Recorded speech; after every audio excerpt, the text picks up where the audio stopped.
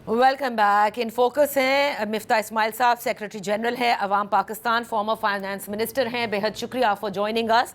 मिफ्ता साहब, आजकल पूरे पाकिस्तानियों की ज़बान पर एक ही सवाल है कि आखिर कब तक ये पेट्रोल और डीज़ल की प्राइसेस बढ़ती रहेंगी, और जिस तरह से इस जंग के बाद टैक्स की शरह को बढ़ाया गया, फिर 24 घंटों के अंदर वापस लिया गया, उससे ये डिबेट ज़रूर है कि लोगों में ये है कि ये जानबूझकर हम पर एक टैक्स डाला जाता है, यानी इट कैन बी अवॉइडेड, और हुकूमत ये कहती है कि this is the best possible scenario जो आईएमएफ की कंडीशनैलिटीज़ में रहते हुए हम आपके साथ कर सकते हैं।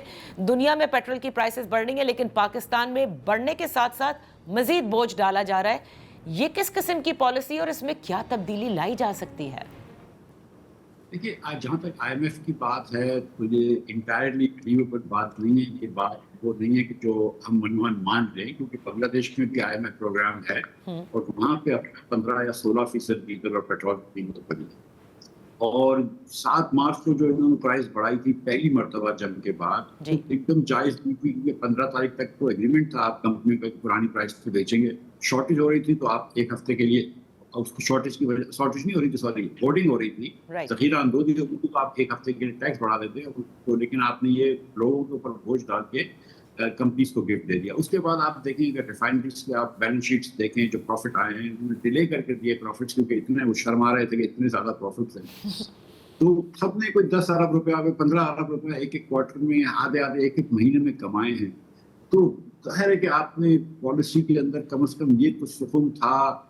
जब जंग शुरू हुई उसके बाद से डिफरेंट इंडिसेस डाइवर्ज हो गए, डीजल बहुत महंगा हो गया दुनिया में। पाकिस्तान में डीजल ज़्यादातर यही बनता है 70%, लेकिन हम बाहर के डीजल के हिसाब से रिफाइनरीज को कीमत देते रहे। तो कुछ पॉलिसी की मजबूरी है। उसके बाद जो टैक्स बढ़ाया था डीजल पे, जिसके ऊपर और पेट्रोल के ऊपर, जिसपे हमने बड़ा शोर किया और शहबाज साहब ने दूसरे दिन कम किया, वो इसलिए कि देखिए शुरू में जो बातें हुई, शहबाज साहब ने 3 मरतबा स्पीच भी की मार्च में कि मैं ऑस्टेरिटी करूंगा।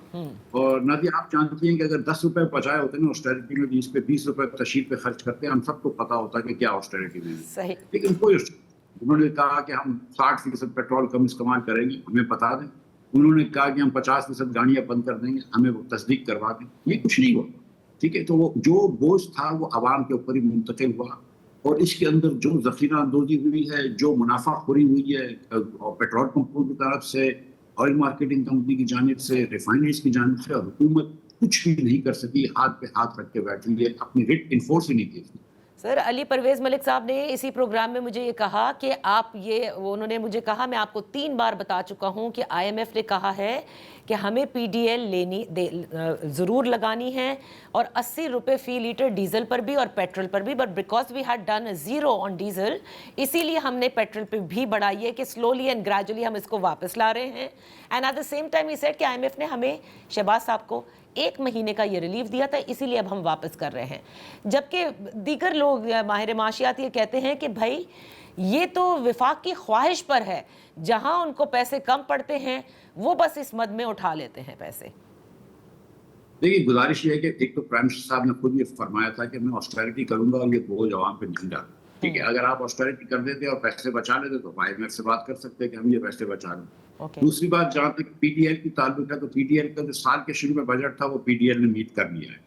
सो अब हम जो पीडीएल के टैक्सेस इसलिए बढ़ा रहे हैं कि हमारा एफबीआर के अंदर टैक्स का शॉर्टफॉल है, तो हम पीडीएल के टैक्सेस वहाँ पे बढ़ा रहे हैं। अली परवेज साहब भी खुद कह चुके हैं मेरे ख्याल से।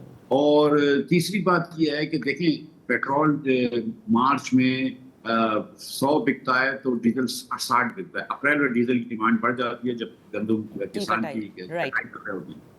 सो अब हम अगर 25 और 55 रुपए दोनों पे था, तो वेरी ऑनेस्ट विद यू, 55 रुपए डीजल पे था और 55 रुपए पेट्रोल पे था मार्च की पहली तारीख को, इनके ऊपर टैक्स 80% था। तो अगर आप 10 रुपए डीजल पे कम करके 10 रुपए पेट्रोल पे बढ़ाएंगे तो आप ज्यादा रेवेन्यू देंगे, क्योंकि पेट्रोल ज्यादा बिकता है, ये सबको पता है। तो 10 रुपए के सामने आपको 7 रुपए बढ़ाने चाहिए, लेकिन आपने, और 55 रुपए था मार्च के शुरू में, अब आप जो है इस वक्त हम मेरे ख्याल से 103 रुपए पेट्रोल पे दे रहे हैं। जी बिल्कुल। और डीजल पे हम 29 रुपए दे रहे हैं।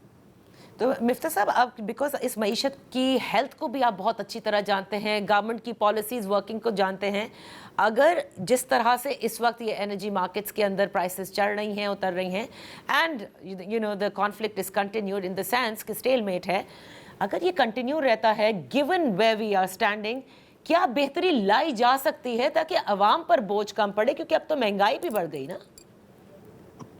دیکھیے نادیہ، جب یہ مہنگائی آئے گی اور آئی ہے آلریڈی 11% مہنگائی ہوئی ہے، پیرشیبل فوڈ جو ہے گوشت سبزی وغیرہ جو ہے 15% مہنگا ہو گیا ہے ایک سال کے بنے تو، اور پچھلے مہینے کے بنسبت بھی 10% سے زیادہ مہنگا ہو گیا ہے. سو ہم اس سے جو عام پاکستانی ہیں سب وہ اپنے اپنے اخراجات کم کریں گے. کمپنیاں جو ہیں وہ تھوڑا سا انویسٹ کم کریں گی، سیلریز اتنی نہیں بڑھائیں گی وغیرہ وغیرہ، اپنے اخراجات کو کاٹیں گے کہیں نہ کہیں. تو جس طرح ایک عام انڈیویجول پاکستانی اپنے اخراجات کو کم کرے گا، اسی طرح حکومت کو بھی کرنی چاہیے. آپ جانتی ہیں کہ عید آتی ہے تو اکثر مائیں کپڑے نہیں بناتی ہیں، بچوں کے کپڑے بنوا دیتی ہیں، والدین قربانی دیتے ہیں بچوں کو. تو حکومت کو تھوڑے سے اپنے اخراجات کم کرنے چاہیے. ٹھیک ہے، ان کا جو بھی بجٹ تھا بول دیں گے یار ہم یہ پی ایچ ڈی پی میں 300 ارب روپے اور کاٹ دیتے ہیں، ہم صوبوں کے پی ایچ ڈی پیز کے اندر سے بھی کوئی 1000 ارب روپیہ کاٹ دیتے ہیں. یہ 4000 ارب روپیہ اس پہ خرچ کرتے ہیں. میں سمجھتا ہوں کہ 1500-2000 ارب روپیہ اب بھی یہ لوگ بچا لیں تو اس سے قوم کو ریلیف ہو سکتی ہے اور اس سے خسارہ کم ہو جائے گا، جس کی وجہ سے مہنگائی بڑھ جائے گی، کم ہو جائے گی. لیکن اگر یہ اس روش میں چلتے رہے تو مجھے لگتا ہے خدا نخواستہ ہم کو کرنسی بھی تھوڑی سی ڈی ویلیو کرنی پڑے گی، اس سے مہنگائی کا اور طوفان آئے گا. سو میں سمجھتا ہوں کہ یہ وقت ہے کہ حکومت جو ہے وہ پازیٹیو اور بولڈ سٹیپس لے، بولڈ سٹیپس جو کہ شہباز شریف صاحب نے 4 سال کی اپنی وزارت عثمان میں ہی لیے. اچھا، تو جب ہم بھارت کی طرف دیکھیں تو وہاں ہم دیکھتے ہیں کہ وہاں پیٹرول کی قیمتیں نہیں بڑھ رہی، تو یہ سوچنے پر مجبور ہوتے ہیں ہم، ٹھیک ہے ان کی معیشت بڑی ہے، سائز بگ ہے، لیکن how come they provide that cushion? ہمارے پاس اس کی کیا اسپیس موجود نہیں ہے؟ ایک دو فرق ہیں to be very honest with you. دیکھیں بھارت رشیا سے وہ تیل لیتا تھا، پھر امریکہ کے کہنے پہ اس نے جب بند کیا تھا اس کے بعد یہ سینکشنز رشین آئل پہ ہٹا دیے ٹرمپ صاحب نے، تو وہ رشین آئل لے رہا ہے پرانے ریٹ پہ. تو ایک تو یہ بچت ہو رہی ہے، دوسرا یہ کہ ان کے پاس فورن کرنسی کے ریزروز اتنے ہیں کہ وہ ان کو کوئی آئی ایم ایف کی یا کسی کی سننی نہیں پڑتی اور وہ یہ کر سکتے ہیں.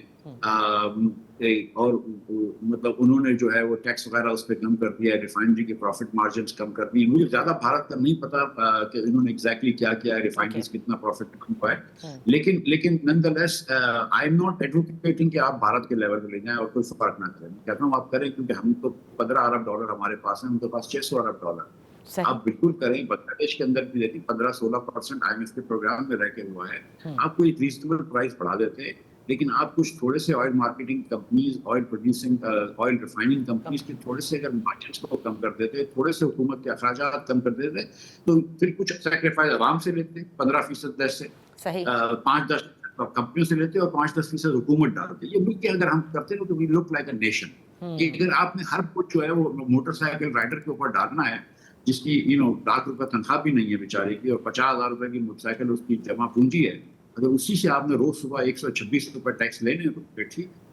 تو مفتی صاحب اس وقت جو سچویشن ہے، اٹس کوائٹ اے گرم situation if we actually look at it and if it continues. تو کیا آپ کو کوئی پلان بی نظر آ رہا ہے حکومت کے پاس، یا this is the only plan they have کہ جی تیل کی قیمتیں بڑھ رہی ہیں عالمی منڈی میں، تو ظاہر ہے کہ ہم باہر سے تیل امپورٹ کرتے ہیں، اس کی ایک کاسٹ ہوتی ہے اور اس لیے ہم یہ بڑھا رہے ہیں، اور یہ ٹیکس جو ہے وہ آئی ایم ایف کہہ رہا ہے اس لیے ہم آپ پر لگا رہے ہیں. از دیر اے پلان بی؟ نو.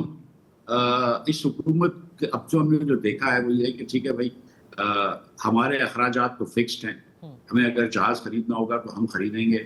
ہم اگر K4 کی قیمت جو ہے وہ 40 ارب سے 400 ارب ہو جائے گی اور پھر بھی کمپلیٹ نہیں ہوگا تو وہ ہو جائے گا، ویسا ہی ہوگا. ہم اگر ایم این ایز اور ایم این ایز کو حکومت کے ہر ایم این اے کو 25 کروڑ روپے دینے ہوں گے، 200 ایم این ایز کو 43 ارب روپیہ ہم وہ دیں گے.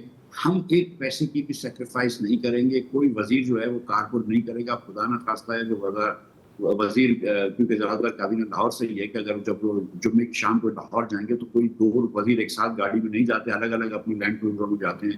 تو ہم کہیں پر بھی کمپرومائز نہیں کریں گے. جو اخراجات ہوں گے وہ حکومت کے اوپر نہیں آئیں گے، جو اقدامات ہوں گے، جو بوجھ ہوگا وہ عوام اٹھائیں گے. ہاں ہم عوام کے ساتھ آنسو ضرور بہائیں گے، ہم عوام سے تقاریر ضرور کر دیں گے، ہمدردی کا اظہار کر دیں گے، بس یہ کریں. مفتاح اسماعیل صاحب، یہاں وقت ہوا ایک بریک کا. بریک کے بعد ہم اپنی گفتگو جاری رکھیں گے.